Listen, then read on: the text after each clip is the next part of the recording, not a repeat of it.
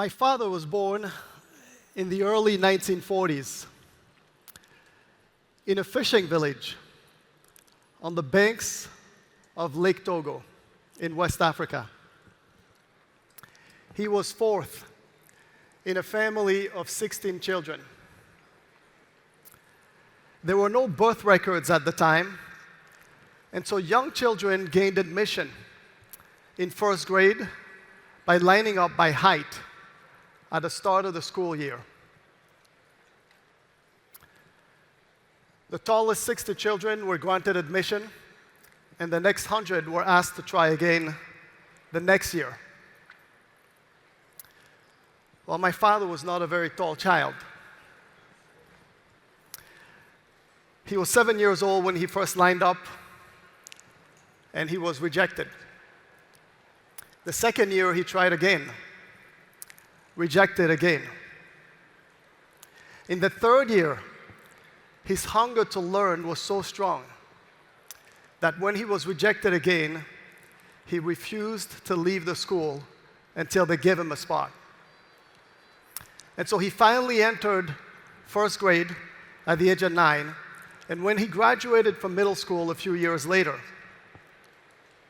there were so few graduates at the time that he could have immediately been hired as a teacher and brought much needed income to his family. But he believed he was capable of more. And so he left his village to go attend the country's only public high school, which was 300 miles away. A few years later, he graduated from high school in the early 60s, and surely then he could rest, having achieved membership into a truly elite professional class. But he believed he was capable of more. He applied for and won a full scholarship from the Togolese government to go study architecture in France. 8 years later, when he came back, he was the first and only architect in Togo, and work was plenty. But he wasn't done believing. He sought and won projects in Nigeria, in Benin, in Ghana, in Ivory Coast, and became a prominent architect, not just in Togo, but across Africa. By the time I was old enough to understand things, my father had become this extraordinary figure in our family and indeed in our country.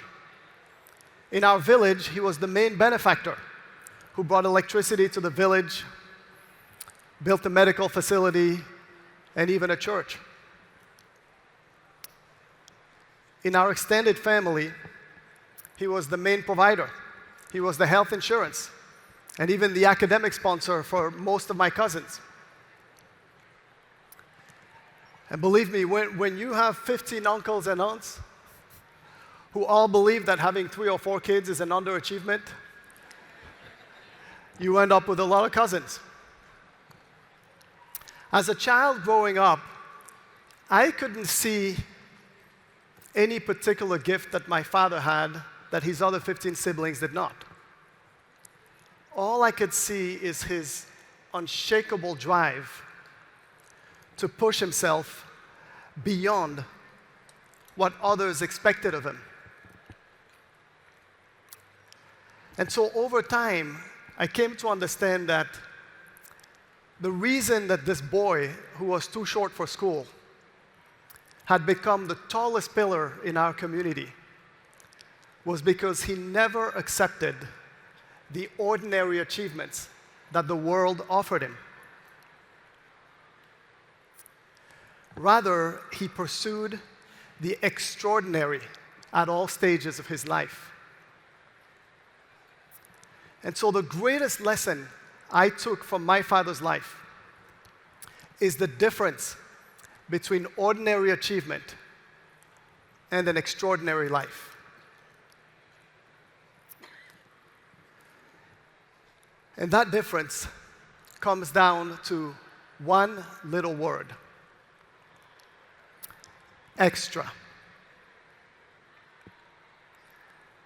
Because there is no way to know and touch extraordinary achievement without pursuing the extra in all manners of work and life. And so while my father remains in Togo, I knew I needed to make my own way. I needed to learn how to apply my own extra energies to build a life of my own design. And so I embarked on a quest to build that life and bring others along with me. With my soul made strong by the rich traditions, the beautiful voices, and the lessons of the people I love so much, I faced one of the toughest decisions in my life, leaving home.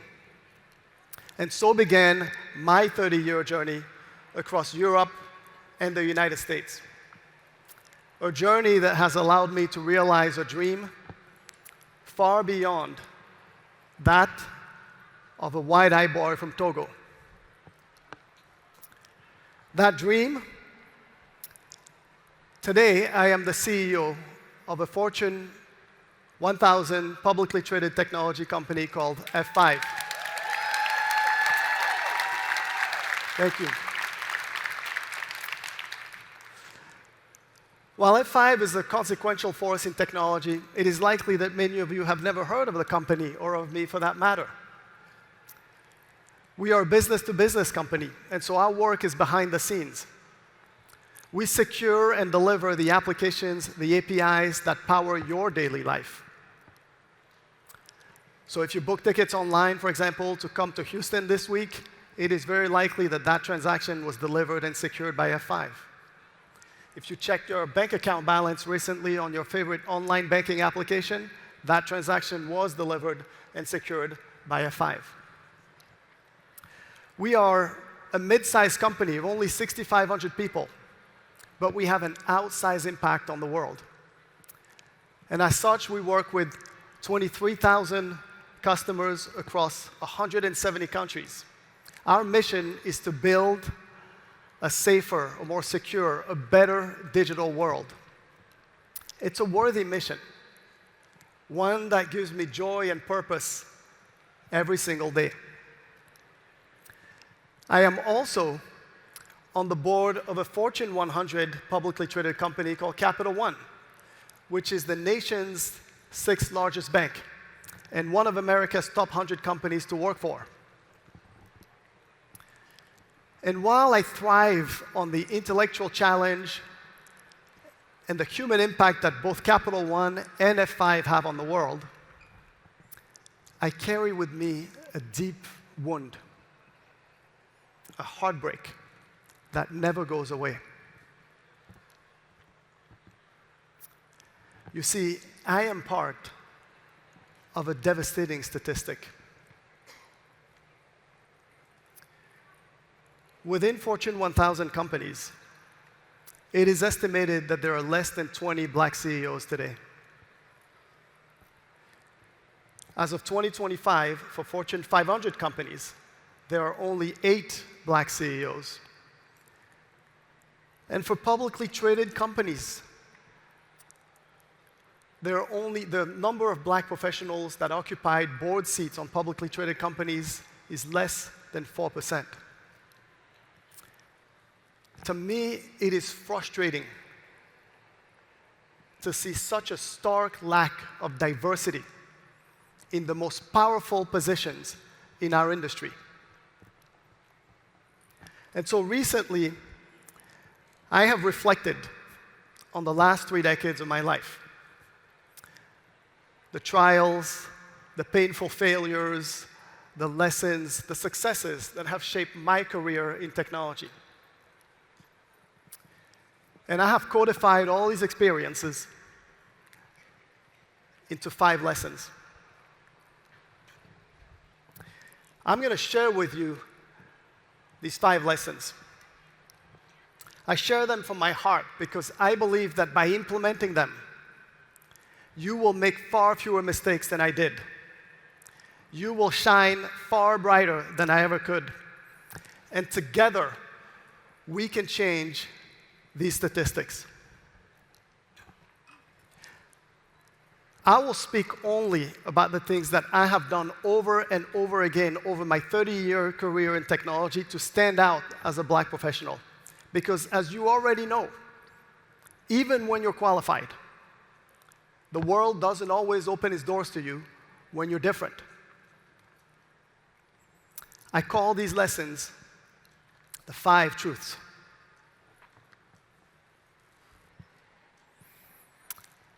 Let me get started. Truth number 1. You must make learning your obsession.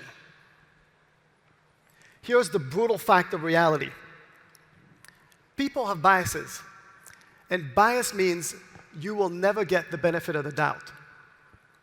After 30 years in this industry, I still don't get that benefit. Over time, I've learned to overcome this by unleashing my learning obsession.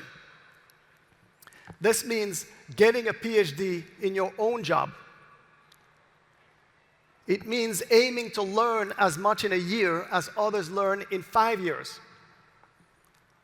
And it also means prioritizing the learning potential in your next role.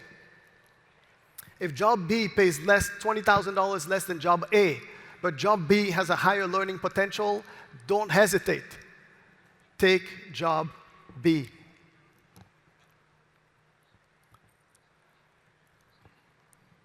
It also means that if you find yourself in a role with diminishing learning returns, now's the time to either reinvent that role or leave it altogether. The depth of your knowledge is something that no one can take away from you. Build that depth and make that a priority in your career decision making. I first learned that lesson at a company called Sienna a long time ago. They make complex telecommunications networking equipment. And initially, I was hired as a solutions engineer, but I knew very little about our core optical technology. And so I saw myself as having 2 jobs.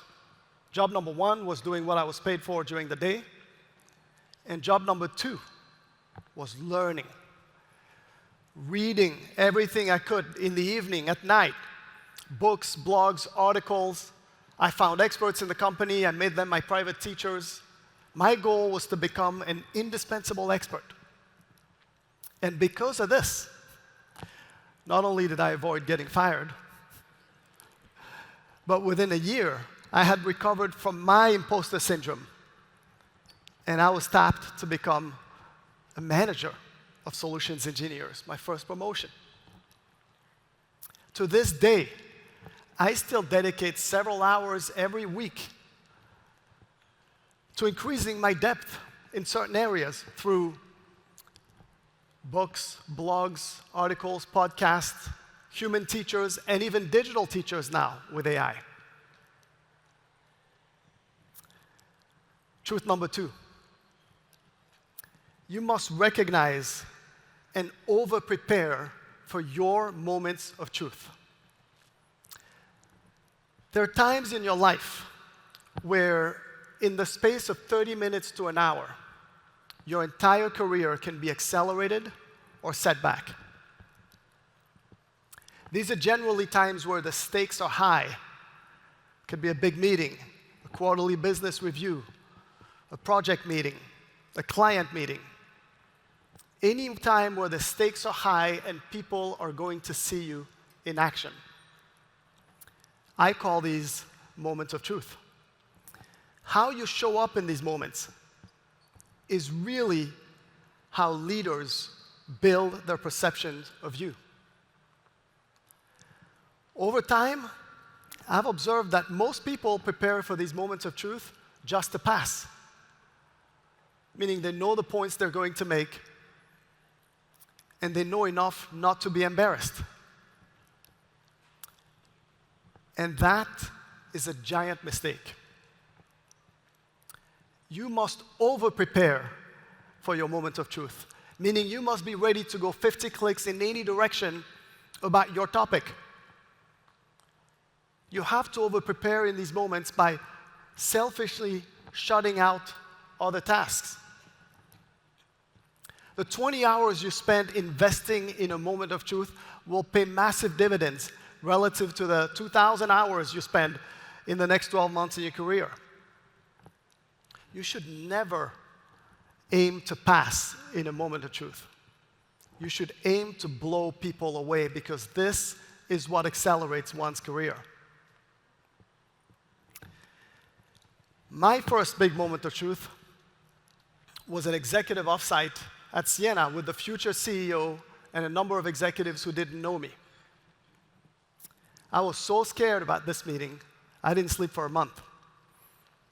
I studied our competitive markets, I went in depth on our technology, I reviewed all the topics that were going to be discussed at the meeting. When the day finally came, I felt I was ready. And just before the meeting's about to start, I'm standing at the back of the room. I'm wearing my best and only suit, my best shoes that I had polished myself in the morning. I felt ready. And this executive comes to me, and I'm feeling, finally, she has recognized me, I'm being seen. But no. She comes to me, she thinks I'm a hotel employee. She asked me to organize a round of coffee for the whole room. I was so shocked. I thought to myself, okay, my suit and shoes didn't do me right, but I'm going to show her what's up in a moment. And when my time finally came to present, my preparation showed. Someone would ask me, François, do you think we can sell optical equipment in Mexico? And the passing answer would have been, yes, they have 3 competitors and we have better technology. But no. I was prepared to go way deeper than that. I told them how many fiber miles there was in the country, what the size of the market was, who the local competitors were, what their pricing was, what margins we could expect. Because of that depth, my answers made their jaws drop.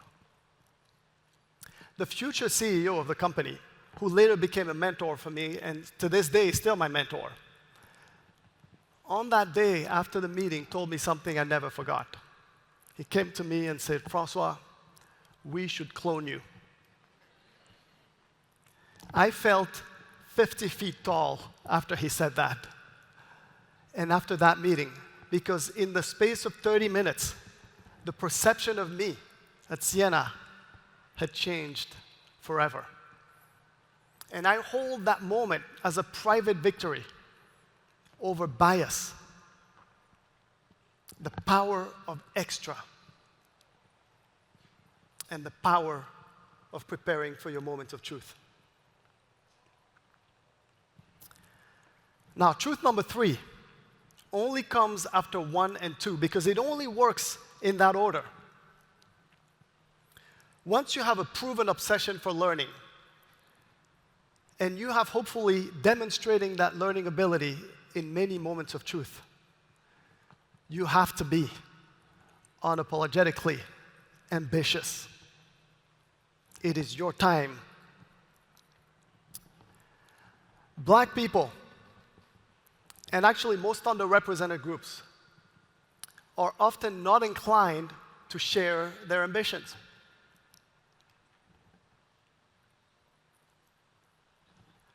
We fear how our peer would perceive our ambitions. We don't have the social capital that others have. And frankly, we are rarely encouraged to be ambitious. But the reality is, you will never get anything that you don't ask for.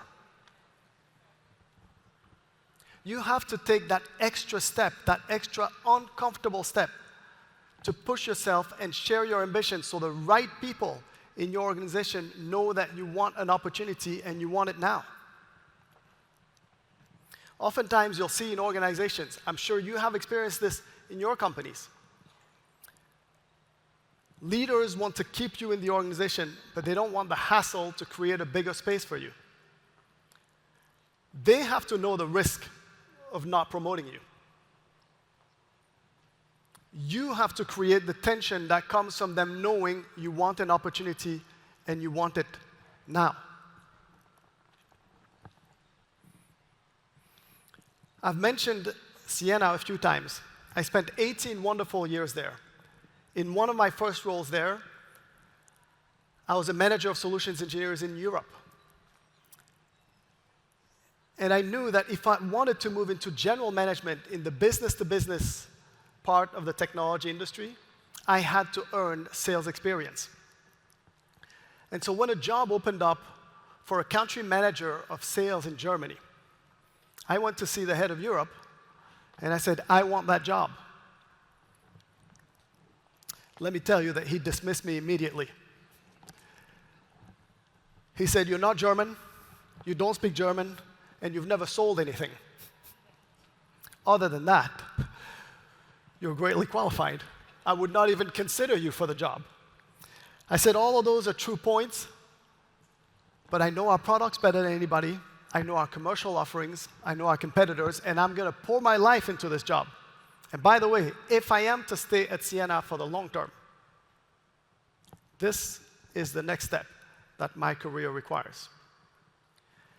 I created this tension that forced them to at least let me interview for the job.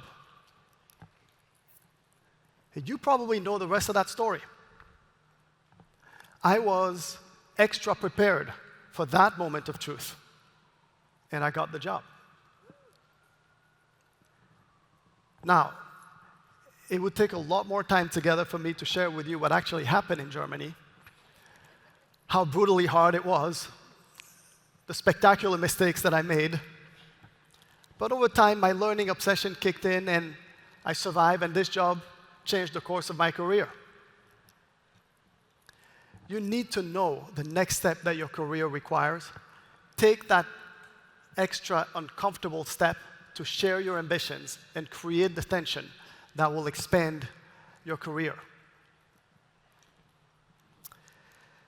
So I've mentioned to you that part of my quest to emulate my father's habit of doing the extra was to bring others along with me. Togo, the home of my childhood friends, whom I'm still loving and still hang out with today, contends with generational poverty. And so leaving home to me felt like I was leaving them behind.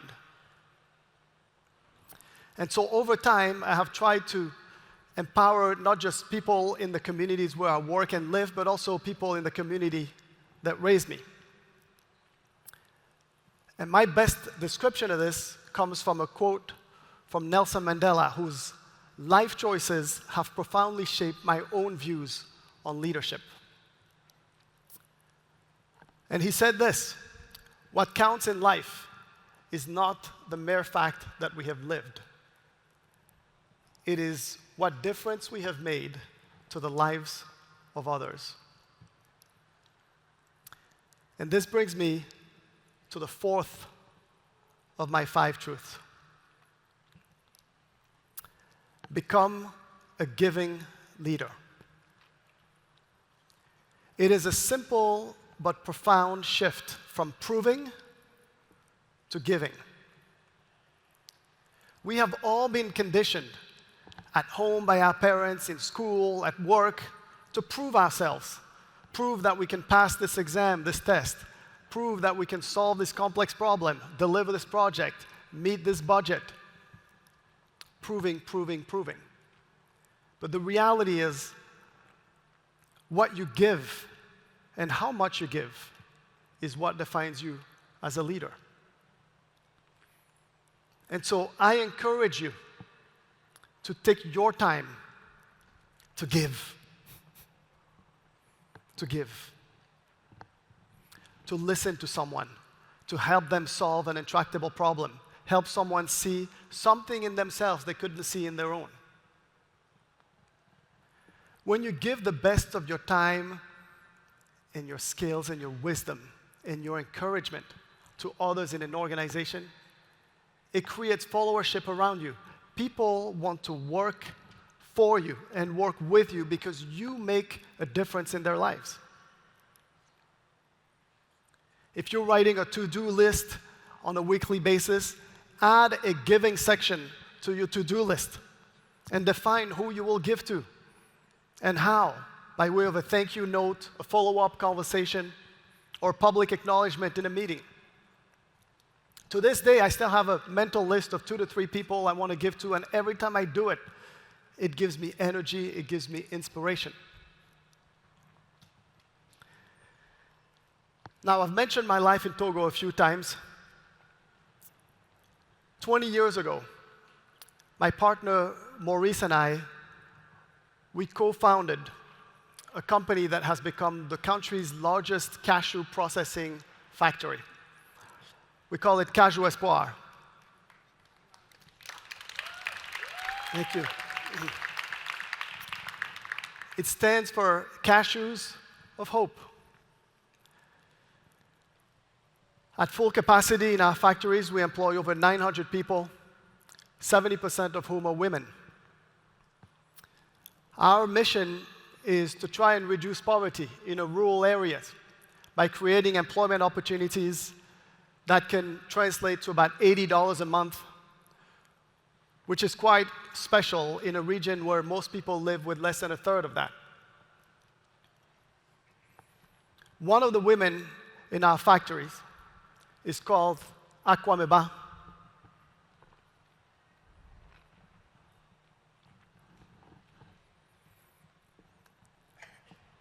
Akwameba used to live about 100 miles away from our factory, and she had heard of the jobs there. But she couldn't come. It took her 18 months to save the $10 she needed to make the trip to the factory just to apply for a job.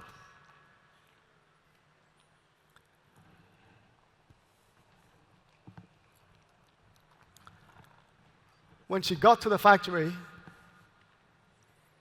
she had to contend with more adversity.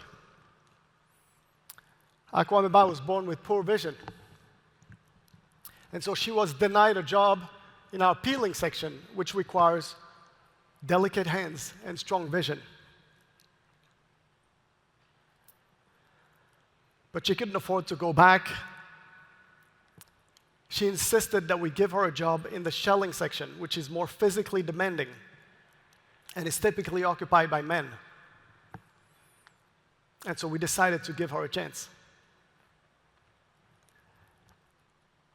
And after a while, something amazing happened. Akwameba's natural talent, her giving nature, her work ethics began to shine. She began to shine. She has become not just one of our best sellers, but she coaches others. She listens, she provides wisdom, she helps onboard new workers in the factory.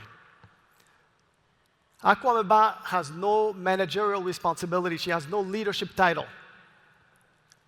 She was born with poor vision. She's a female worker amongst male workers, but all workers chose her as their leader because of her generosity.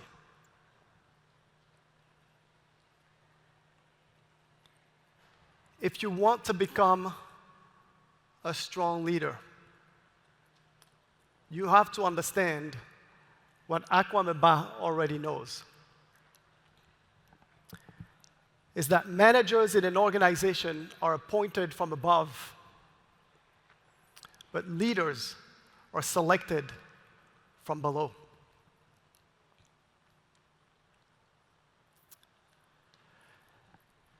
Now, I know at this point, a number of you may be wondering, okay, I can commit to doing the extra and understand that, meaning making learning my obsession, over-preparing for my moment of truth, becoming unapologetically ambitious, sharing my ambitions, and becoming a giving leader. But what comes next? Well, what's next is far more personal. What next may mean doing something that is so far outside of what's comfortable that sleeplessness visits you for weeks. It may mean doing something so personal, so vulnerable, that no one can save you if you fail. Or doing something that you will remember for the rest of your life. Like this moment for me.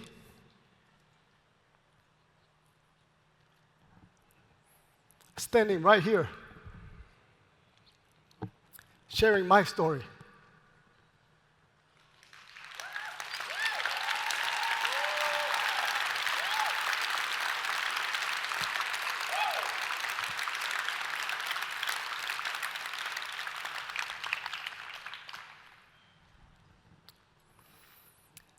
As we approach our final moments together, allow me to share with you my fifth and final truth. A profound and permanent expression of extra. Share your story.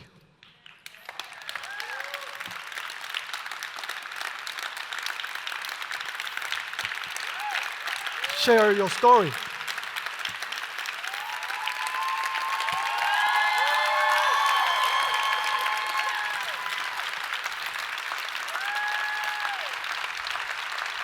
Thank you. Share your story. You may underestimate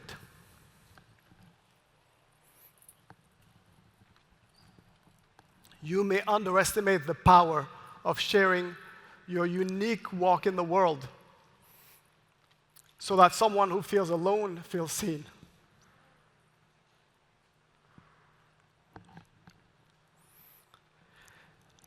Sharing what you had to do to get here so that others in the same fight feel joined. Or sharing your triumphs, just like my private victories, to help a brother or sister's dream feel possible.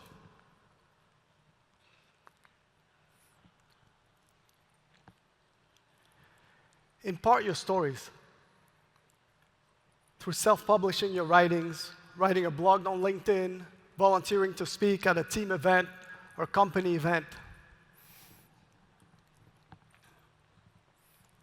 Otherwise, the world may interpret your silence, your stillness, your untold story as surrender, expecting little more from you than ordinary achievement. And we must never accept ordinary.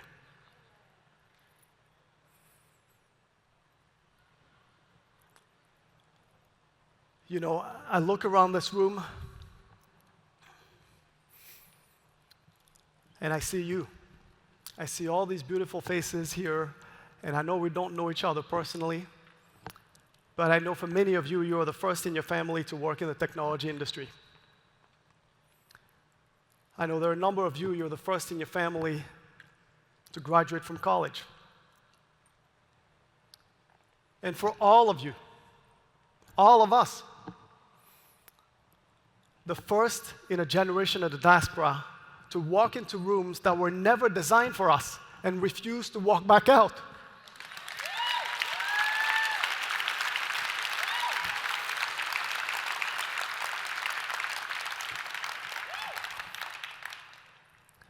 Nothing about you is ordinary. You are the proof that your achievements do not need permission. You are the broad shoulders that others will stand on. And you honor the path of those who rose with far less. You reject the ordinary because you are extraordinary. Thank you very much. Thank you.